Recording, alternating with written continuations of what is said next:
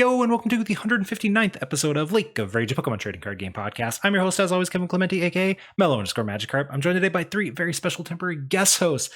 We have a special episode for y'all today. We have three Poke parents joining us because, as always, with this podcast, I don't just want to talk about the meta and all that cool stuff. If you want, go back and listen to the episode with Henry Brand. Nothing has changed in the past week between the Worlds format and now, right? But we had a new change to the invite structure. We've talked about it in Masters, but we haven't talked about it in Kids, and no one has talked about it and the changes for juniors and seniors. So we have three Poke parents who are going to discuss the upcoming changes and potentially some of the issues that are going to arise for the younger divisions here. So we'll go ahead and start on the screen on the YouTube video. We'll start in the top left and go clockwise. So Jeff, why don't you start us off? What is your name and how competitive is your kid? I'm Jeff Carter. I'm located on the West Coast as well. So my son is Henry. He's a junior this year, rising into seniors for the first time. Um, so he is very competitive we live in Oregon. He's very competitive for Oregon. Um, he's qualified for Worlds for the third time in a row. His mission is to become, the best, be the next Ash Ketchum, or more realistically, to be the next Tord. That is his goal. That's been his hero ever since we started following Pokemon. So, um, but that's kind of our mission, is to do that. However, we also balance it with he does scouts, tennis, soccer, and then he has a younger sister that plays club soccer. So there's a lot going on. So we don't go to tons of events. We hit the West Coast primarily every year, and then we try and hit at least one IC. But depending on how well he does in school and how hard he begs, sometimes we try to make it to EUIC as well.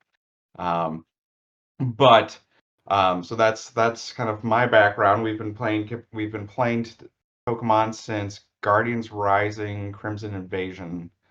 That's when we learned, when he basically, we used it as a method to get him to read and do math. First qualified for Worlds before COVID, but then it carried over until after COVID, which worked out well because then we started traveling more and met some of the other guest hosts tonight. So I think that's Perfect. where I come from. And as someone else who learned how to read through Pokemon, I always love to hear that story and I'm seeing some head nods there, so we might hear that again in the future. But the next one we have Keith. So Keith, same things, a little bit of an introduction about yourself. Cool, thanks, Kevin. I'm Keith Costa. I've got two kids, Jake and Sadie. Jake is a first-year senior. He's very competitive, and plays. We're also based Seattle, so West Coast. So plays locally, travels nationally and internationally. I think his goals, outside of beating Henry and the other local kids and the other friends he's got, is probably this season to qualify for Worlds, and also try and top 32 every regional that he goes to. That's kind of one of his goals this year. He did pretty well last year, got a top 8 and a couple of top 16s. And I think probably try and top 32 or top 16 and IC this year is one of his goals. I've then got Sadie, who's a first-year junior. She got into the game purely just to annoy her brother. She got fed up with him bragging about all the swag he got at his first Worlds last year in Japan, so she went for it this year. She qualified at NEIC, finally got her points right at the end of the season. And I think her goals, other than beating Jake, which doesn't happen very often, is I actually asked her this question, and she sort of said, like, I just love having fun with my friends, going out. I'd like to qualify again, and I just kind of, well, she does have some goals to beat one of your other guest hosts' kids on a fairly regular basis. That's beautiful. And then let's get into that last guest host, Lynn. How about you and a little bit about your kids? Hello, my name is Lynn Ono. I have two juniors, Annabelle and Kenji.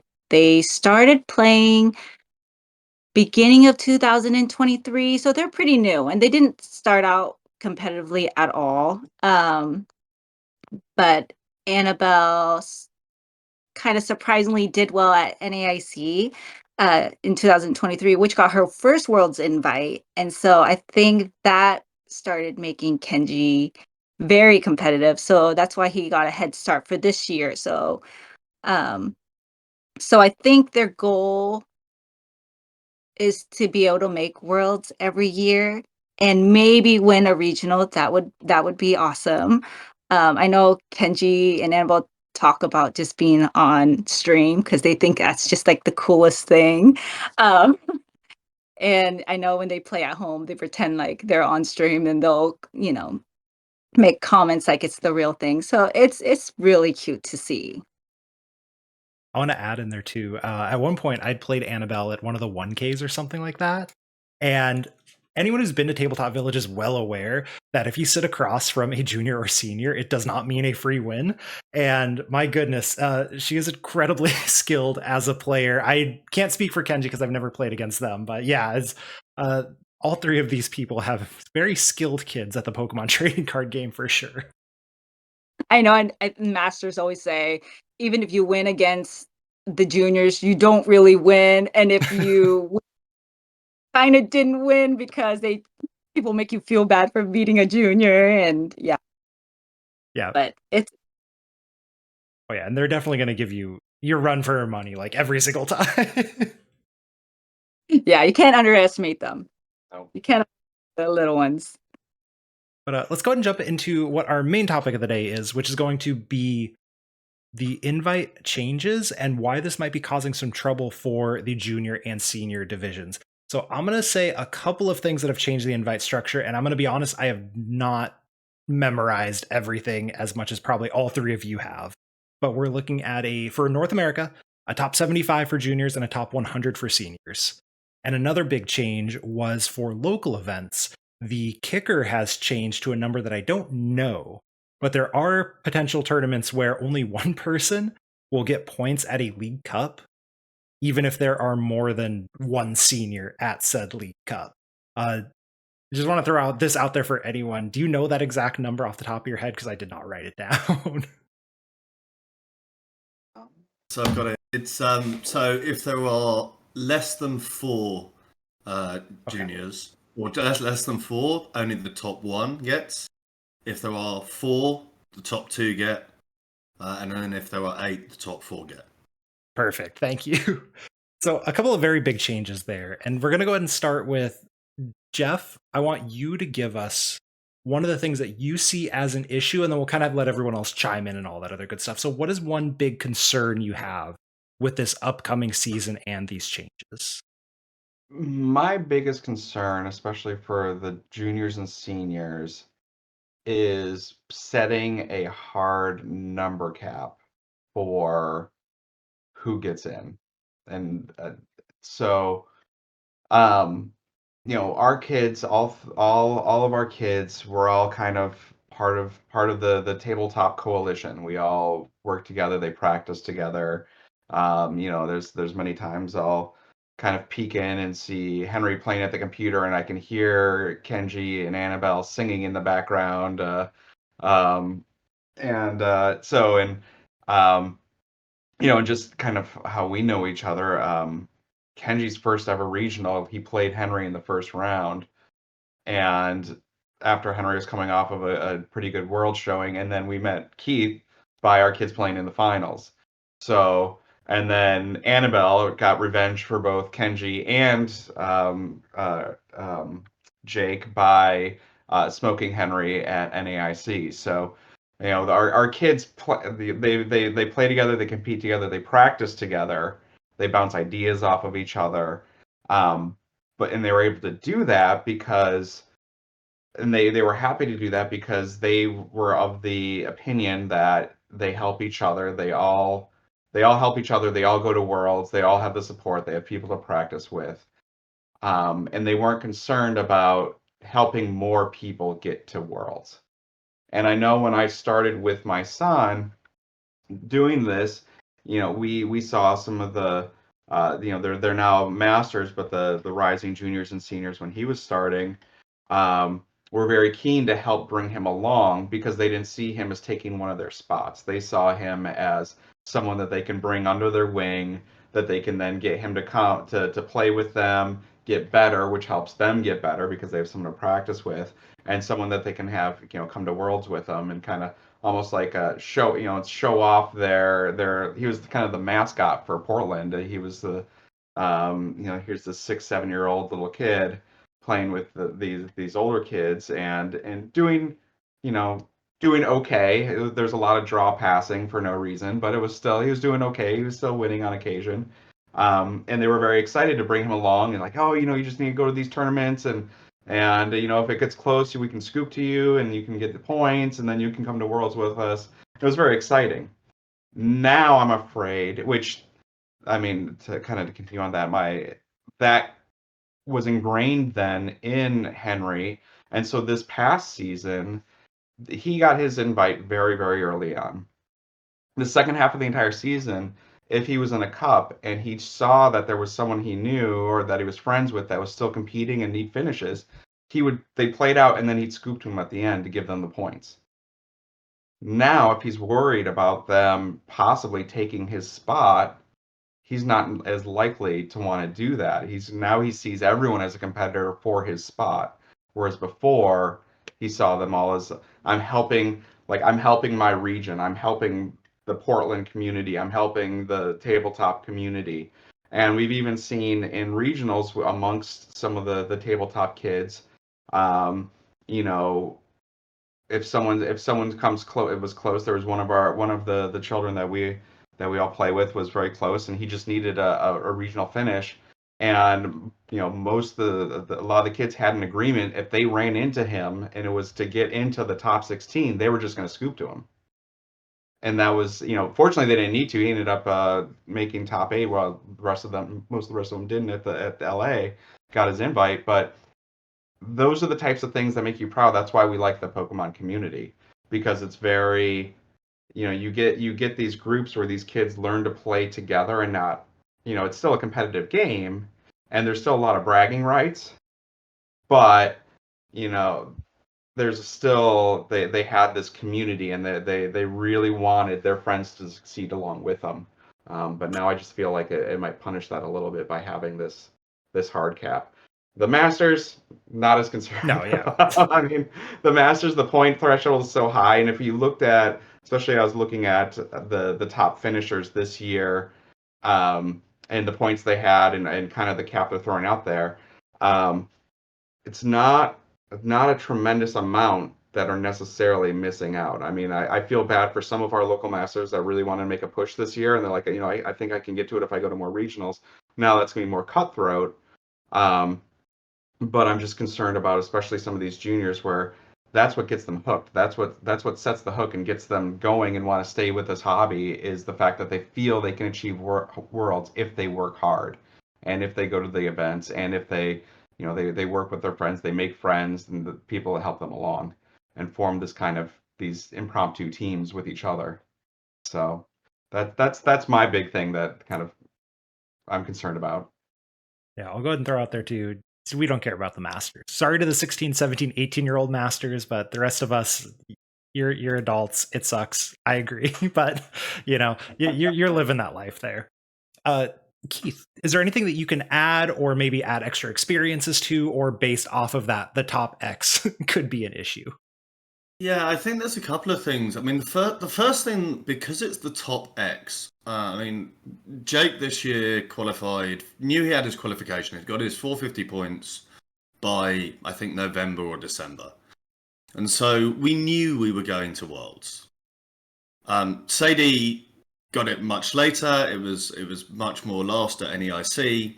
But I think one of the big things with and Jeff kind of spoke to it a little bit, with the top 75 or top 100, we're not going to know right until the end of the season.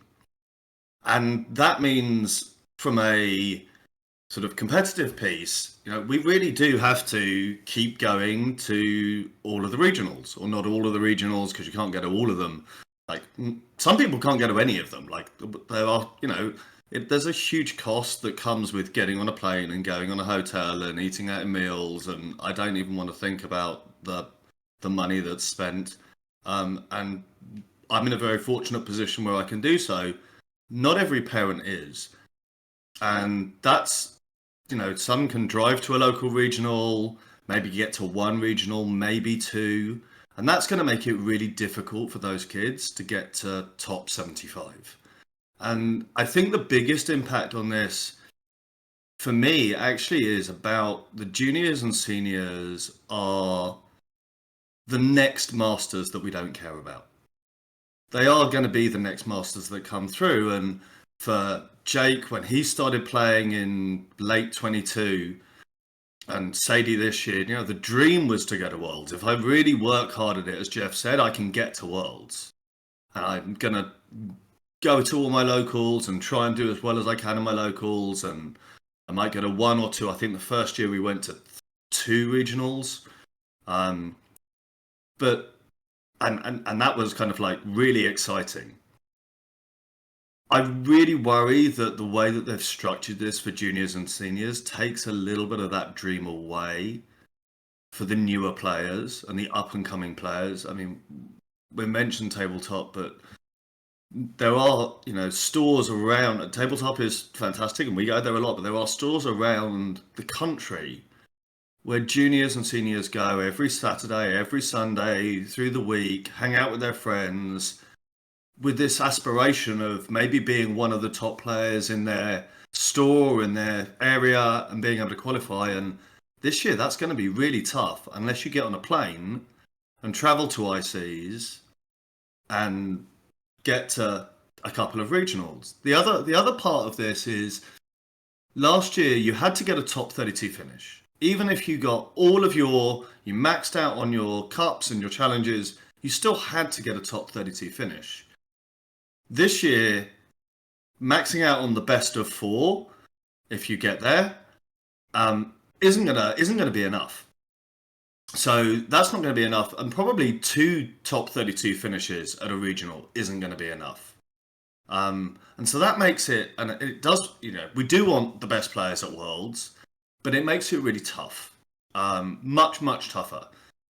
I also have a challenge with the fact that there's 75 juniors and 100 seniors. That to me seems a little odd. Why we wouldn't want more younger juniors coming through the game to try and keep them going. That's one. I think they haven't done, the pricing is the same if you get there. They've changed the points depending on the placement finishes. So that's there. They've also really changed the kickers. One of the other things that comes out, and I agree with Jeff on every kid is going to be battling for their spot and playing at every regional. I mean, we took a slightly different approach this year. I didn't let Jake do any cups or challenges once he'd maxed out. And the same with Sadie. He didn't need to be playing because it gave other kids the chance to compete in those, and he could go and do other things. Right? And he explored GLC and he explored various other things. This year, I won't say to him, "You can't go to a cup," because you don't need to go. You need to go and do some other sport, because he is going to be battling for his place. I think to Jeff's point, and that damages the community spirit and the community of kids. And the most important thing for all the kids, and we talk about this with them, is to have fun, right? And you see Sadie and Annabelle sitting across from each other playing, and Sadie maybe winning or Annabelle maybe winning, and they did this on Saturday at a local cup at Mox. They're giggling and laughing and having like the best time playing a game of competitive Pokemon. And that will change if it gets down to crunch season. And that's a downside of It is about having fun. At the end of the day, we see loads of players talking about it in interviews and podcasts and on Twitter that when the fun stops happening, they stop enjoying playing, right? And that for me is the biggest change. They could have done some different stuff, and I'm sure we'll get into that. But yeah, those are kind of the big things for me. Lynn, what can you add about this top X system and issues you see or other experiences? I mean, the guys have covered pretty much everything. Like you're right. We started playing Pokemon TCG because it was fun. And we stayed because of the community, because of the sport. I mean, I see it as so last year's structure for the World's Invite felt like a marathon to me, where you have to train pretty hard for a long run. And uh for both, you need a strong support system, whether you're on the side cheering them on or you're running with them, trying to get them to the finish line, which is like the World's Invite.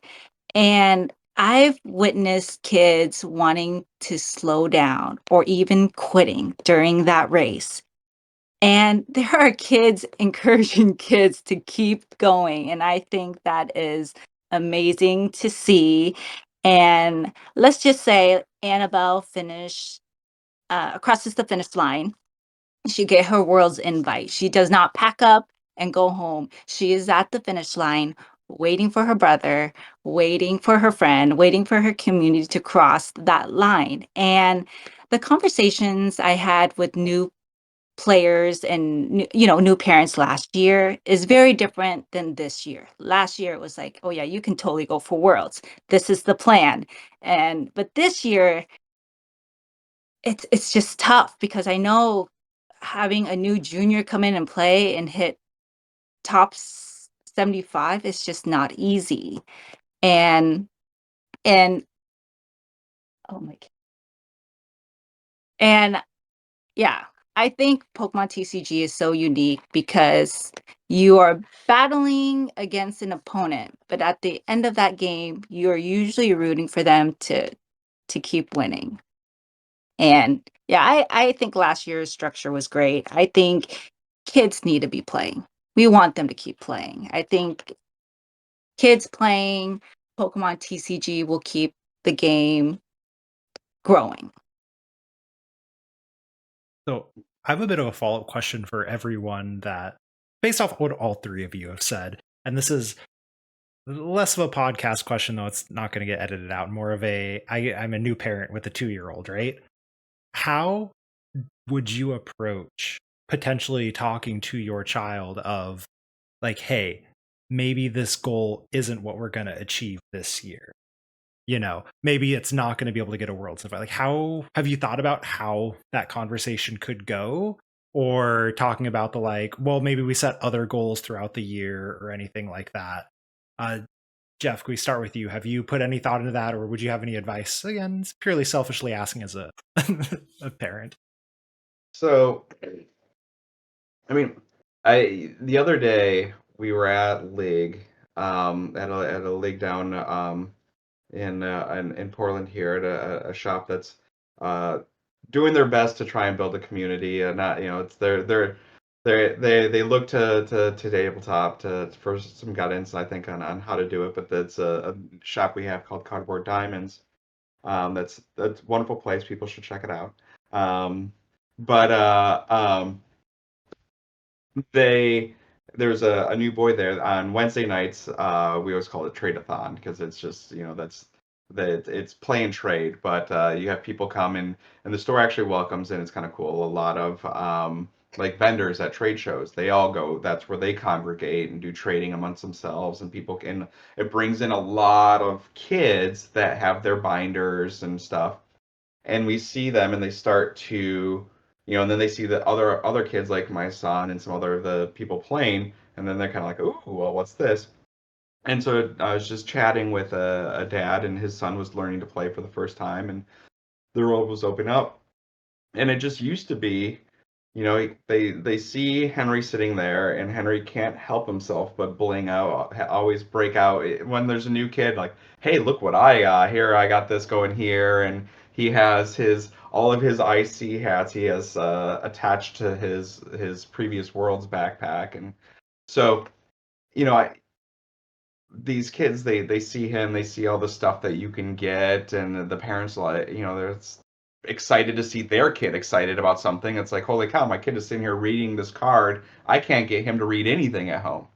And so here I am, kind of bonding with a new parent, kind of thinking back to those days when I was there with when Henry was that age.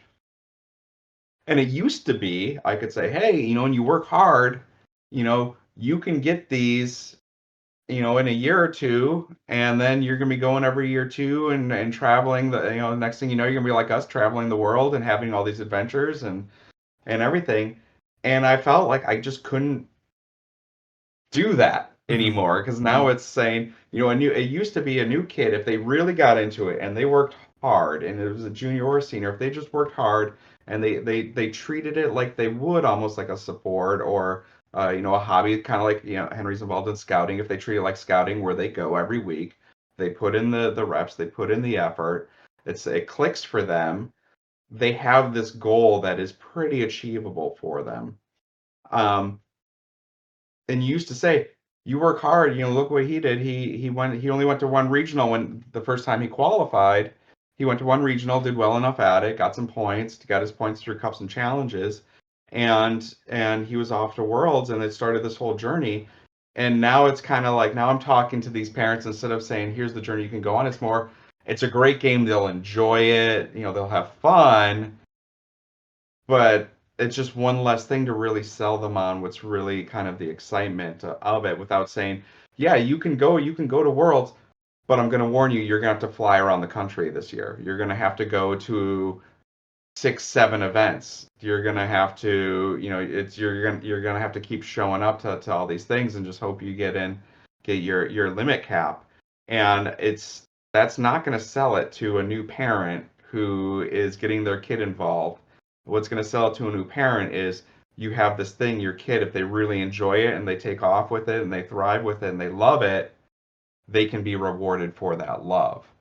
And just kind of what, when you were talking earlier, reminded me of another junior who's now a rising senior this year that we all know. She's from Canada. And I was at NAIC with them, and inevitably, it seems like every tournament, Henry plays her and one of Lynn's children. It seems like clockwork. They always run into each other. But in the final round, she ended up losing to this other little boy, and she said, well, it wasn't so bad, because me losing to him got him his invite, so I don't feel so bad about it. I was like, that is just a wonderful feeling. This time next year that happens, it's going to be different, because the shifting with NAIC means if she was 60, 70, 60s, 70s, 80s, that could have bumped her out, because we all saw this year NAIC changed the standings dramatically. And so it's just, it's hard now, because that was a little boy who, this was, I think, his second year of playing, and this was his goal, was to make Worlds. And this friend, this mutual friend of all of ours, she kind of helped him achieve that dream, and it helped lessen the blow for her. It promoted sportsmanship, it promoted good feelings. It was exciting for the kid. That people were high-fiving him. It was great. It was a great moment for that boy. It was a decent moment for our girl. We were sad for her, but it was still still, she got to be a part of something that made this boy happy. So I'm just sad that that's kind of going away. And then it takes me all back to the parent, this new parent. I'm sitting there thinking of that. I'm like, man, you're not going to have that same experience that I just had, where I just saw this happen, where I saw this excitement around, even in a loss, I saw excitement for all the people around this boy, for his opponent. It just makes it a little too cutthroat at too young of an age for them. And even with the seniors, you've got boys like Jake and Henry who are at the very young age and development wise in terms of physically playing against basically grown-ups. I was at NAIC talking to another parent. It's like, oh, who's your son playing this round? He's like, oh, the guy over there with the mustache. It's just like there's a lot going on in seniors. Then to add this type of stress on top of them, when I think every parent of a senior knows that during that age, we don't need to add an extra layer of stress to what's going on inside those kids. And it's just unfortunate, and especially for a new senior trying to get in, it's very tough for a new senior, I think, to pick up the game and compete, and now to know that they've got to be in the top 100 in the entire country, or actually U.S. and Canada. I mean, that's just so daunting. I could see a lot of them say, "Oh, well, okay, well, I'm just going to go play something else then," because Magic, they never have that carrot to begin with. I mean, Magic, I don't even know if they have these lower divisions, but they don't promote it that way. Whereas Pokemon kind of promotes this whole series, this whole championship series as come, compete, get points, get rewards, get this, get these packs, get these backpacks, get all these types of things. The other games don't focus on it that way. They have different lures to them. They have different so I know, change is inevitable, and Pokemon couldn't keep necessarily the way they're going. And this year I think is the biggest way, but I think there's other ways they could have accomplished limiting the amount without making it so exclusive instead of still finding ways to make it inclusive. Thank you. Keith, going into that kind of same question of how would you approach the potential of maybe you're not going to make top X even though you've worked all year? Like as a parent, how would I've got sort of two different experiences. I've got Jake, who is disappointed when he doesn't get a top 32 finish, and so for him, it's probably there's no guarantee of making worlds or being in the top 100, but that's definitely within his expectation, and that's down to him. He's at that level where he should be able to do that if he works hard and keeps going. Sadie, on the other hand, this year she was a first-time player. She started learning the game in September. We went to her first regional at Toronto. She went 0-6, I think, or 0-7. Came away having not won a game, and went through that roller coaster this year of, well, I'm practicing hard. I think like the first up until about San Antonio, I think, which was December. She'd really not done well at all. She was losing regularly, and we were talking a lot with her about, this is just learning. You're learning the game. Don't worry about it. It'll come. You may not get worlds this year, but you're developing, and think about all the friendships you're having and that, the fun that you're having. As she got closer this year, I decided to take her to Indianapolis. She got in top 64, so she got really close. She needed one more top 64 finish. And then as we're coming into NEIC, that's a tough tournament to get a top 64 in anyway.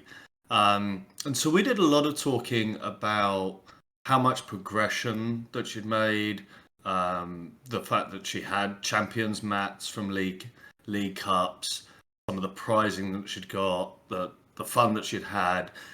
And what I wanted her to really focus on is the fact that if she didn't make it, it wasn't that she wasn't good enough.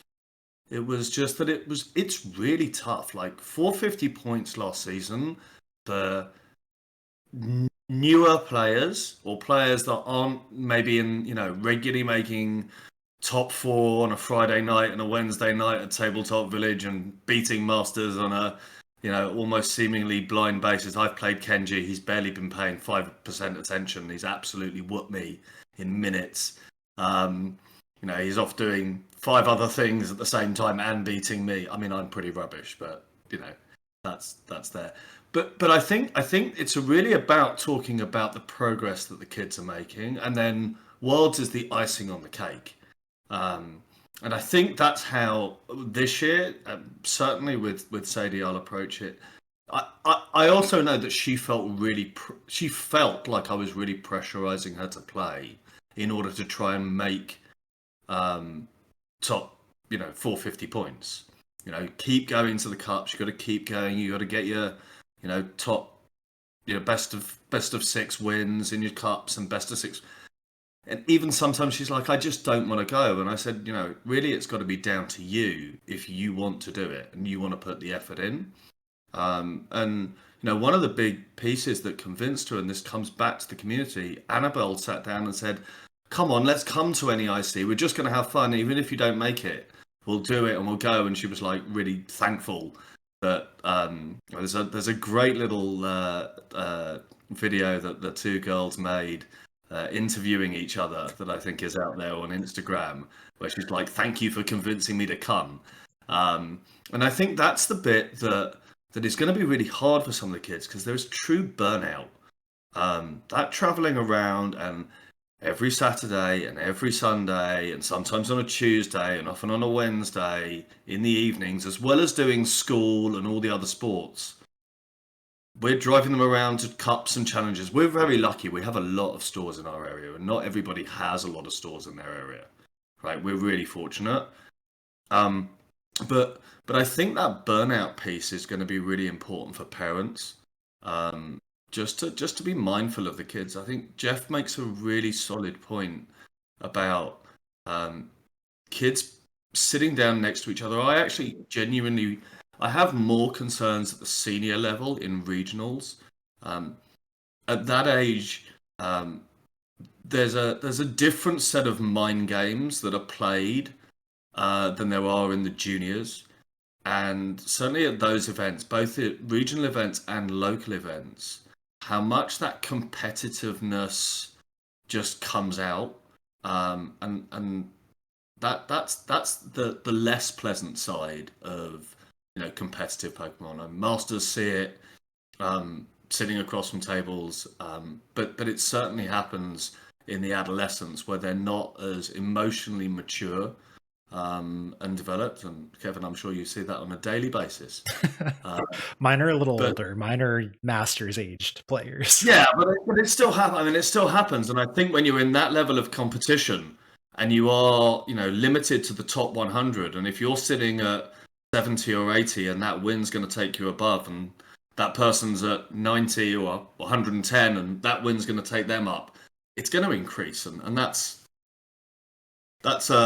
something I think we've just got to watch out for. And then same question to you.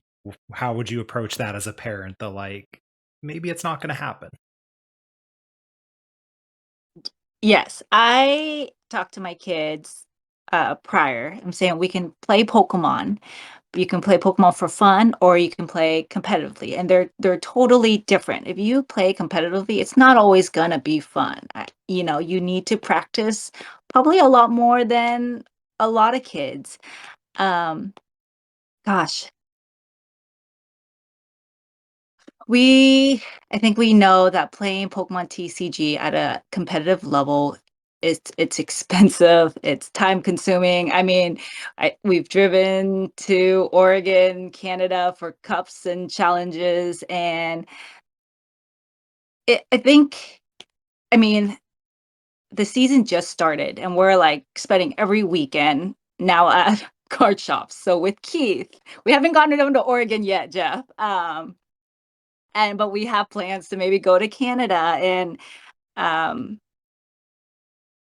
I mean, I hope they make their World's Invite. I guess we didn't even think about if they didn't make it, because we're trying to be on a positive note. But gosh, all the kids, a lot of kids got their first World's Invite this year, and they truly feel like they've already won. And it's sad to think that that number maybe will, be only 75 next year. And I feel like a lot of kids should be feeling that joy. So I'm tired already thinking of all the traveling. I'm like, I barely see my family. I'm just at card shops every weekend and testing. We're family, Lynn. We're all family. So Well, sorry, I was just gonna say, and I just feel bad for, when when people go to regionals, it's kind of hard to miss our group of parents and kids. I mean, we're just kind of this force of nature of everyone there. We're all whooping and hollering for our kids, for others' kids. We've all got our paraphernalia on, for and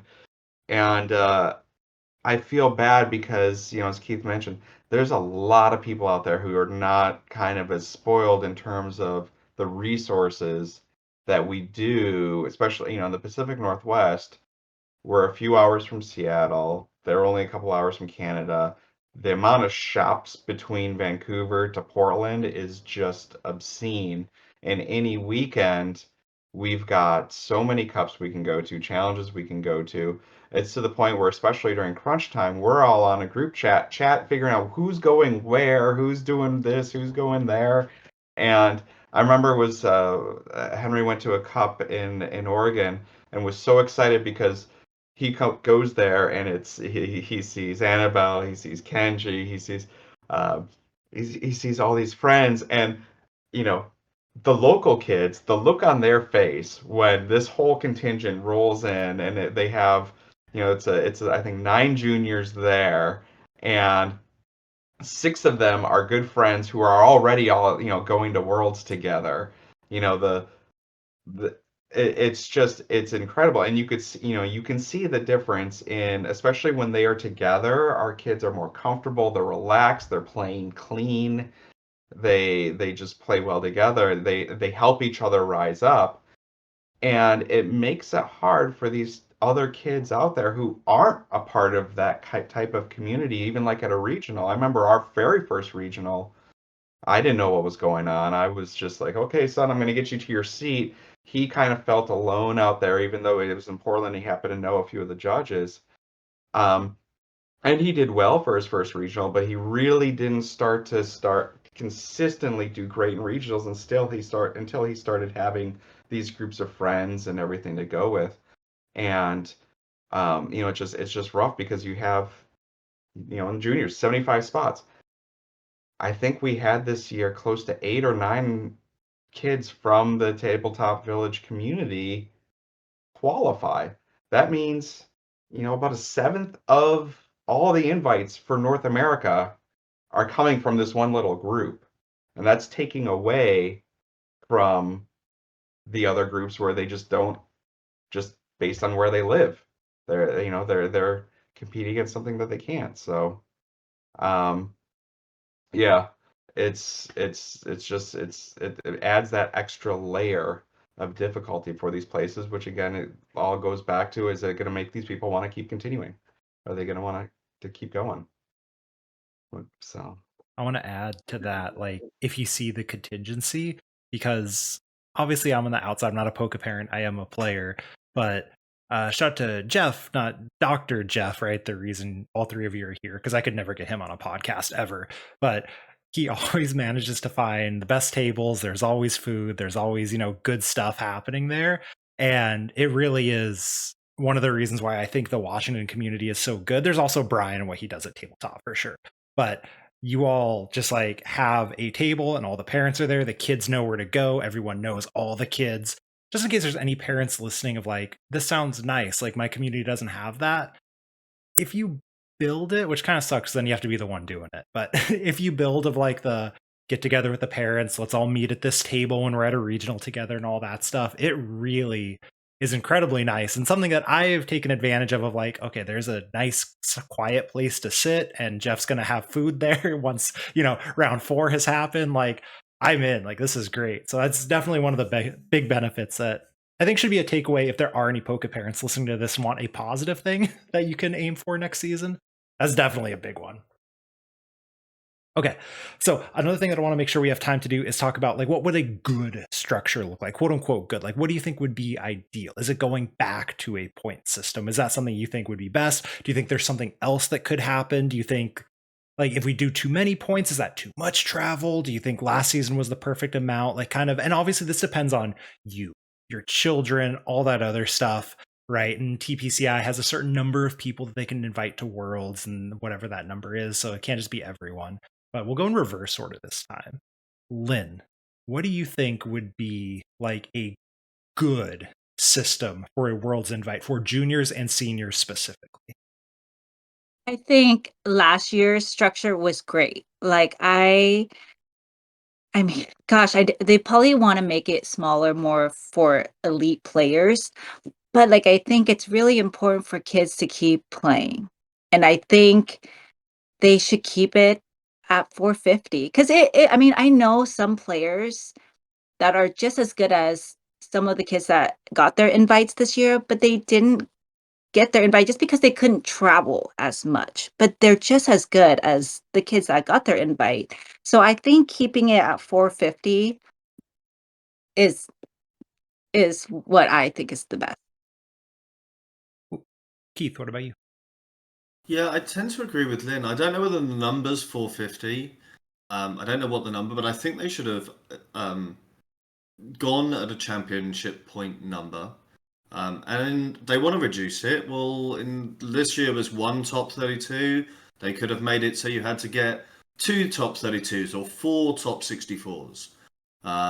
They could have structured it in a different way, and I think that would have allowed those kids who qualify early to keep focusing on whatever they want to do in terms of stipends or top 16s, wherever they want to. And for those kids who are still going to chase it all year, have something to aim for, and that keeps them excited and motivated. I don't think I also have a real problem with top 75 juniors and top 100 seniors. I'm not quite sure why that one makes sense to me. I think that's something they should have done differently. I also think on the cups, the kicker on the cups, having such a low kicker and three kids playing, potentially all going and getting very similar scores. And then the person who gets the points goes on the roll of a dice. We have seen that at least once this season. That sucks. So that's one thing. I'm less bothered about the way that they've put the round. So if there's like the second day 2, the way they've structured that, and we haven't spoken about that piece yet, which actually I think is a slight positive for the kids because it does mean a slightly less long day. Some of the seniors were playing 9 rounds, juniors were playing 8 rounds. They're pretty mentally exhausted, and it allows them the Sunday, at least they know kind of where they're going to be, and gives some of them that day 2 experience on a Sunday. I think that's a real positive in a way. And I'll pause there. I'll let Jeff. Yeah, I've kind of been thinking about this way more than I should, and I hope the boss is not listening about how much I probably thought about this topic. But I mean, really, the thing for me that I think they could have done, I was really excited when I saw the change to the best finish limit. Mhm. My son likes to try and compete with some of the top kids in the world, and he's gotten to know a bunch of them, considers them friends. Just had Discord earlier today, practicing with some of them from all over, and it was the thing that always, every time he's done playing with some of these kids, some of his friends, some of his peers, he's always like, well, so and so is going to do this many events this year, so another one's going to do this many events. He only went to 6 major events this past year, finished very high, and missed his stipend for Worlds by 10 points. And of course, which led to about a month of him reminding me how many regionals we skipped this year that he could have gotten those points at. But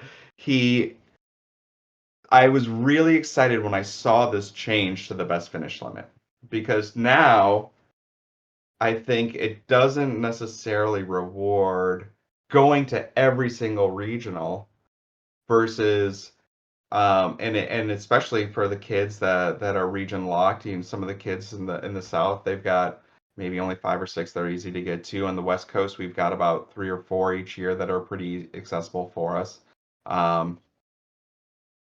It makes it so that I think it kind of levels the playing field. So I would be happy if they did what they did this year with the combined IC and regional best finish limit, keeping it at 6.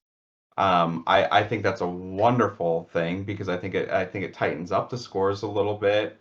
I think it, the top end, those kids are incredibly gifted, but it's also you've got some kids who just go to everything. And you have that with masters as well. You have it with every level. It's just they just happen to go to everything. Arguably the best player in Oregon can make it to maybe 1 or 2 regionals each year, but he's that guy that hands everyone their butt at every single cup. Like he's incredible. And a phenomenal player, lives, breathes, and dreams Pokemon. Just can't afford to go to a bunch of regionals. So but he's a master, so we're not that worried about him. He'll survive. But it just I think about that with the kids. Where it's parents not having the resources to take their kids that they may want to, but they can't. So I think shrinking that limit down, I think it kind of levels the playing field. And even if it was shrinking down the best finish limit, but then still keeping it around 450 or so, or raising it a little bit, I think that will shave off. Some of the kids, some of them may not still make it, but it's not going to be as extreme, and it still gives everyone that incentive to help each other rise up, because again, we're still doing that point threshold. It still encourages teamwork. It still encourages people sharing information and not withholding, because especially as Keith mentioned, once you get into the senior level, you're going to have these kids, they're not going to want to share with each other. Once it comes close to crunch time, they're going to be looking at each other very suspiciously. I can't tell you, I'm not going to talk to you about what I'm playing because you and I are both close in the rankings. Whereas, before NAIC, Henry and Jake were sitting there just grinding out games, talking about lists, talking about what they're thinking of playing, and knowing both of them and how competitive are, they're gonna suddenly go inside and be concerned about sharing that information if they are directly competing for that spot. And they're especially with the fact that with again Henry not going to as many regionals and whatnot, he feels like he has less of an opportunity. So, Yeah. So I want to make sure that we kind of touched on everything that we wanted to make sure it's all been. So we'll go Keith, Lynn, Jeff. Is there any last second thing that hasn't been touched on that you think should also be mentioned in here? So Keith, start us off there first. Yeah, I think there's this mystery box of play points that Pokemon has teased us with, and I think that I think it would be really good if they actually told us what the secret prize was going to be for all the players. We benefited from that last year, and both Jake and Sadie, who weren't in early registration, they weren't in the top 16, so they didn't get early registration. But both of them had enough play points that got the early registration invite for NEIC, which was amazing. Right? That was super exciting because it gave them a chance to get in, and I didn't have to sit at an airport with 5 phones, 3 laptops, and a couple of iPads trying to log in and register for EUIC for both of them at the same time. So that's one that's kind of super curious. I also think before you do that, I want to mention for anyone who's unaware of this, like what play point registration thing, this was rolled out just for NAIC last year and just for the junior senior division. And it was under 18. Okay. Yeah. Because I remember at one point Masters was like, what is this? We don't get the blah, blah, blah. You know what I mean? Like everyone was like, sky is falling. It's because it didn't exist for the Masters division. Yeah, it was just the younger divisions, and then maybe it'll change in the future. There's, like you said, Keith, why aren't they telling us? But that's what it was. it rewards people who go to local events, right? Mhm. And that's like, if you're not going to achieve worlds, it rewards people who goes to locals. Where not everyone's like Kenji and Annabelle, who are, I think, the number 1 and 2 Playpoint people in the world.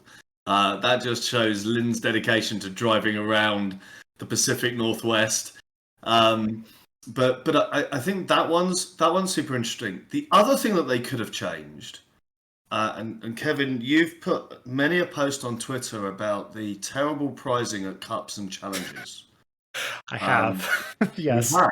Shout out to Yeah. Tabletop Village, the only place I've been to that actually gives even half of the entry fees back. Sorry to Washington State. But There was I forget where we were on Saturday or Sunday, Lynn, but they also had really good pricing. They gave a lot of the prize money back. The- Which was really cool. where was it?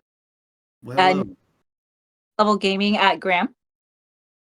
Graham? Yeah, next level. Graham, yeah. Was it Next Level Gaming?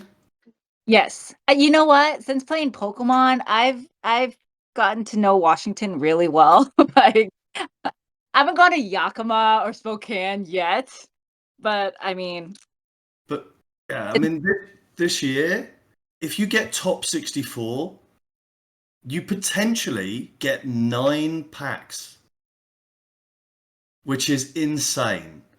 Last year, I think top 32 got a booster box. This year, they get 18 packs. So potentially, yeah, I know. 18 packs. And now it does depend on the kicker. Mhm. But the actual pricing, and do you know what? That's so exciting. Forget the points. Getting top 64 and coming away with, half a booster box or a booster box at top 32, that's the joy for the kids. Like, they sit down and rip those packs, like ripping 9 packs after grinding for a top 64 or top 32. Like, come on, Pokemon, you could have done better than that. You kind of like, it's not exactly difficult. That's kind of what you do is you sell cards. You could have done a little bit more with the pricing, because it's not about the money for the kids, right? They are interested in the dollar pricing, but it's the packs that really excite them. yeah. Oh, and the promo cards. And the Mhm. promo cards. Mhm. That stamp means everything. Yeah. Lynn, anything you can add that we haven't touched on or you want to elaborate on? Gosh, I guess like I don't want the new structure to scare away people from playing. I mean, we love seeing new players, and at every regional and ICs, we try to take a big group picture. So if you ever see us taking a group picture, it doesn't matter if we don't know you, come on in and join us with the picture. And we have the nicest group, I think. I think we have the nicest group. Jeff, anything else that hasn't been mentioned yet that you wanted to bring up? I do want to echo the play points real quick. I think that giving the reward, the allowing for the getting to NAIC was a wonderful surprise this past year. And just one of the things is it made there's a family here. Their girls were trying really hard this year. Unfortunately, didn't make it to Worlds, but they showed up to everything. They tried their hardest. They worked hard. Henry was rooting for them. We were all rooting really hard for him. I'd see him at the regionals.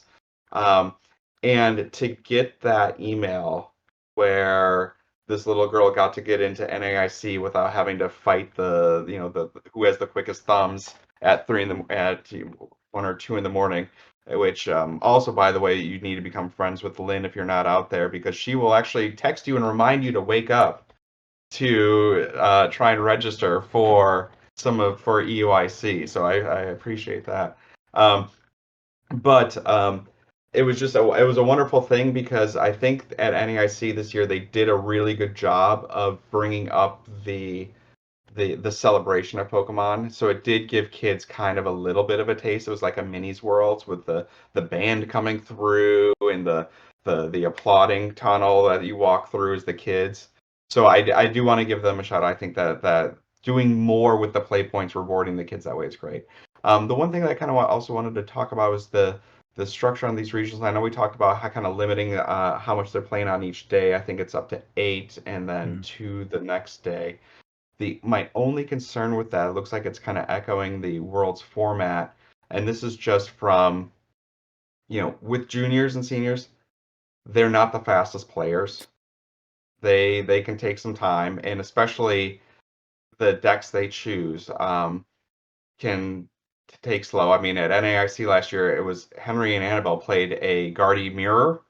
They got one game in 90 minutes. So they, it can be slow. And I think my concern is just that we all know at Worlds, a tie is a loss. And doing this even at the regional level, I'm a little concerned with, especially my son. He's a filthy control player these days. This year he did this year he played some of his best finishes where he played Snorlax, Pidgey Control, and at NAIC he played a Future Control with Iron Thorns. And these are not the speedy decks, and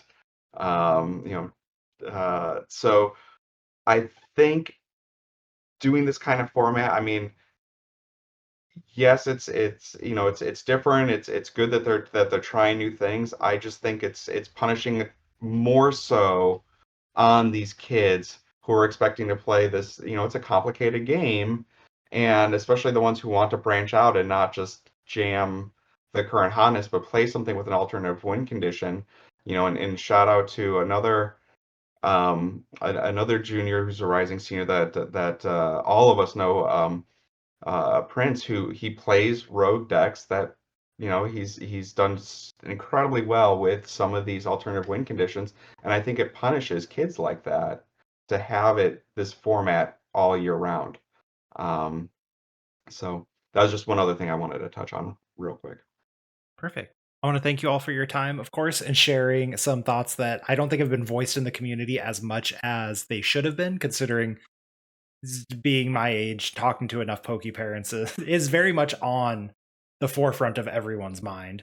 I want to give you a chance to give any shout outs, and then if you would like people to find you, where they could find you, or if potentially Poke parents are listening to this and they'd like to reach out for help, questions, things like that.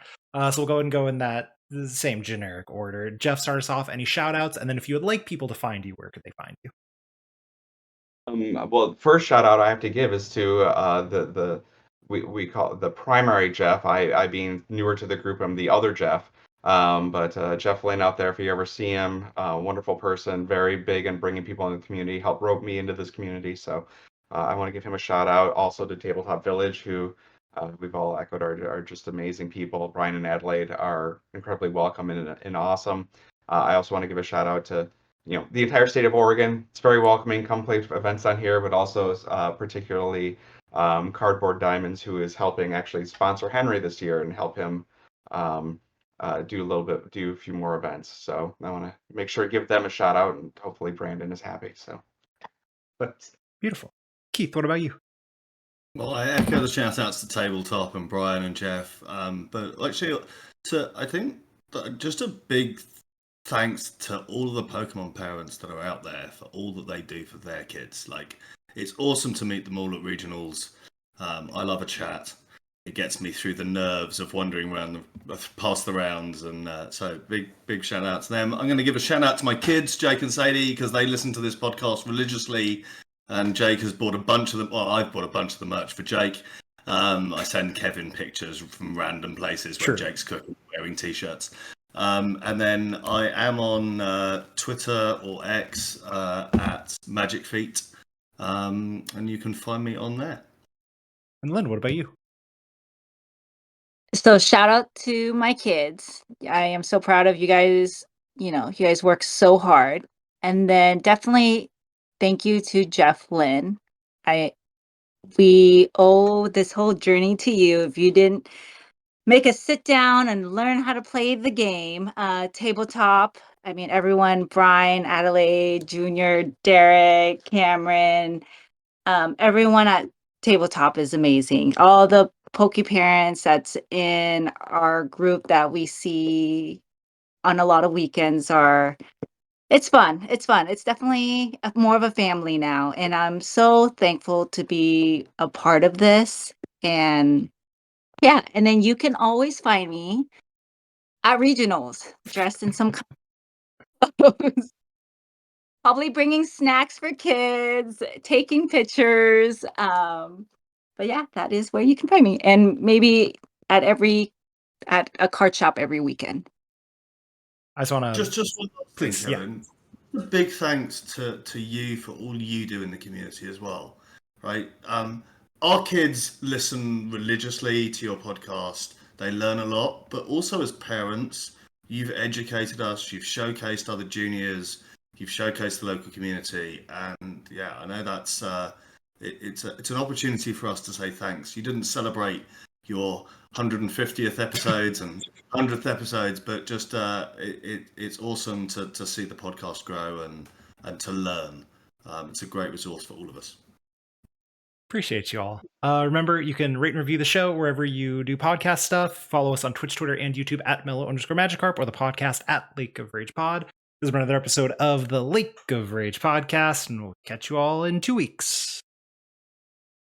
This podcast is sponsored by Tabletop Village. Now, I know you already know that, but why is this so important? Because they're going to be having some Shrouded Fables available for pickup at Worlds at tabletopvillage.com. Use code MELLOW5 for 5% off. And most importantly, if you would like to support the podcast or support a local game store who gives back to the community, yes, at their local tournaments, they give back almost all of the entry fees in prizing. They will pay for people who do well at non-championship point locals to go to the World Championships. If you want to support a store like that, instead of going to TCG Player, go to tabletopvillage.com. Pick up packs, pick up sleeves, pick up singles, pick up whatever it is you need. Now, of course, if you have your own local store that does this, shop there instead. But if you don't, instead of going online, instead of going to some nameless, faceless seller, instead of going to eBay, go to tabletopvillage.com. I cannot appreciate them enough for all that they do for the Seattle and Eastern Washington community. So please support them if you have the opportunity. Anyway, back to the podcast.